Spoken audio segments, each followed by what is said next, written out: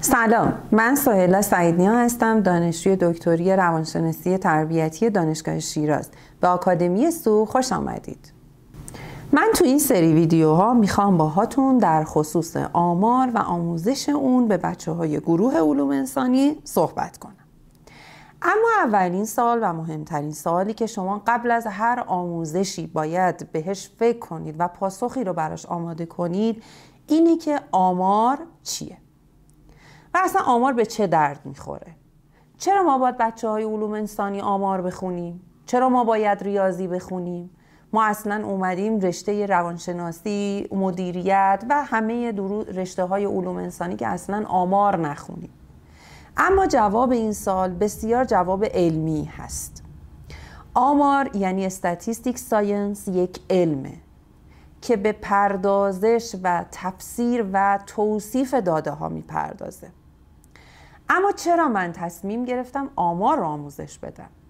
متاسفانه تمام بچه هایی که در حوزه علوم انسانی تحصیل می کنن از این درس فرارین و تا کلمه آمار رو و یا ریاضی رو میشنون وای چرا ریاضی، چرا دوباره ریاضی خیلی سخته، ما ریاضی رو متوجه نمیشیم و اینجور مسائل رو مطرح میکنن.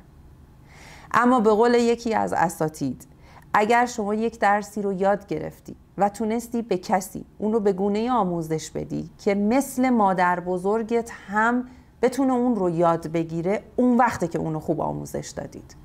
بنابراین من تصمیم گرفتم تو این ویدیوها آمار رو به شما به گونه‌ای آموزش بدم که فردا شما برید و به مامان بزرگتون هم اونا رو آموزش بدید. اما یک سوال، خب درس روانشناسی، درس‌های علوم انسانی، مدیریت چه ربطی به آمار دارن؟ اصلا چرا باید از آمار استفاده کنن؟ دوستان عزیز، زمانی شما میتونید تو دنیا حرف برای گفتن داشته باشید و به قول یکی از اساتید حرف مفت نزنید که بتونید به زبان علم حرف بزنید. آمار به شما کمک میکنه داده هایی که در رشته شما به دست میاد این داده ها به زبان علمی تبدیل بشه و وقتی به زبان علمی تبدیل شد اون وقتی که هر تبیین و هر نتیجه گیری که از اون میتونید بکنید نتیجه گیری قابل اتکایی هست و نتیجه گیری که شما میتونید بهش اعتماد کنید و جاهای مختلف ازش استفاده کنید. چرا؟ ببینید، ریاضی زبان عدده، آمارم زبان عدده. خب اما یه چیزی به آمار اضافه میشه به اسم آنالیز، یعنی تفسیر، یعنی تحلیل. شما هر چیزی تا الان از آمار شنیدید، به عنوان مثال درصد رو شنیدید، فراوانی رو شنیدید. مثلا بهتون گفتن اینقدر در نفر توی یه آزمونی شرکت کردن، شما درصدت اینه. اما این درصد معناش چیه؟ و شما بر اساس اون درصد چه تبیین و چه تحلیلی رو و تفسیری رو میتونید داشته باشید؟ این هنر و ابزار علم آمار هست. بنابراین ما در علم آمار با دو شاخه از داده ها و اطلاعات سر و کار داریم. یک بخشی از اطلاعات و داده ها فقط مطالب رو برای شما توصیف میکنه و ما بهش میگیم آمار توصیفی و از اسمش کاملا پیداست. به عنوان مثال به شما میگه که این جامعه شما شامل مثلا 100 نفره که از این 100 نفر 50 تاش دختره، 50 تاش پسره. یعنی 50% دختره و 50% پسره.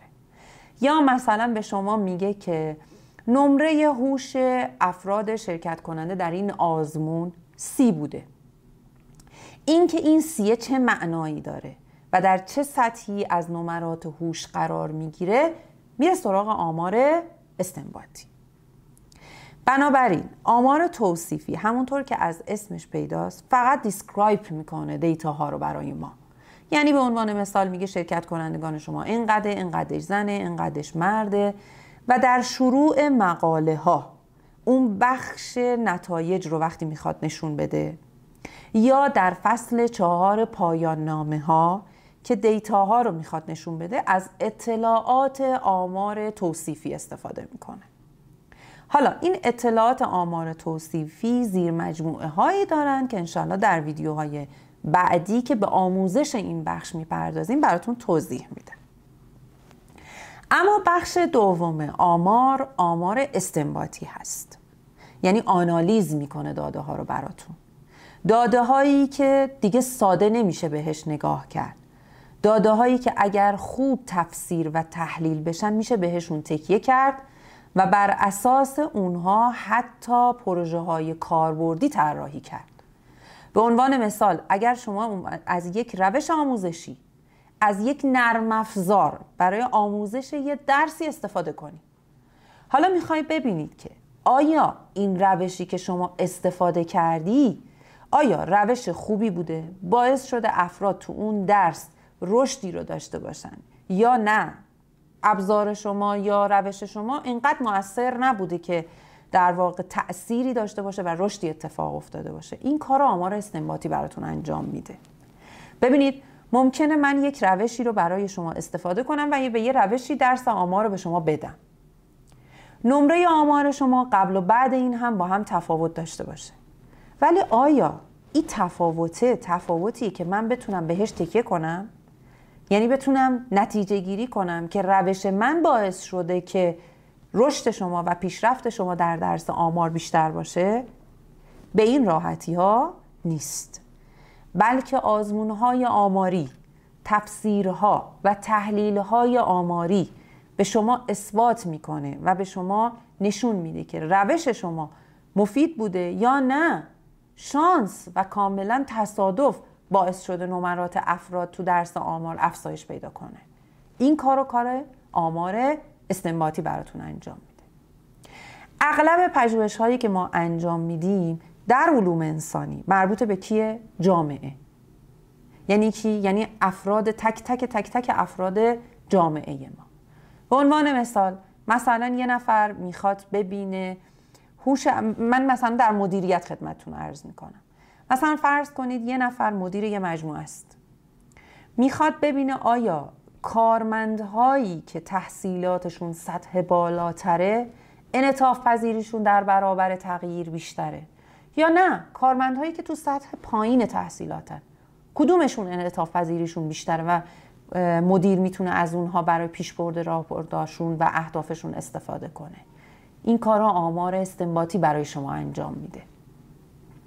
هر جایی که اسم آمار استنباطی میاد شما با جامعه، نمونه و تعمیم سر و کار دارید که من در یک سری از ویدیو و در یک پکیجی به طور کامل آمار استنباطی رو براتون توضیح میدم.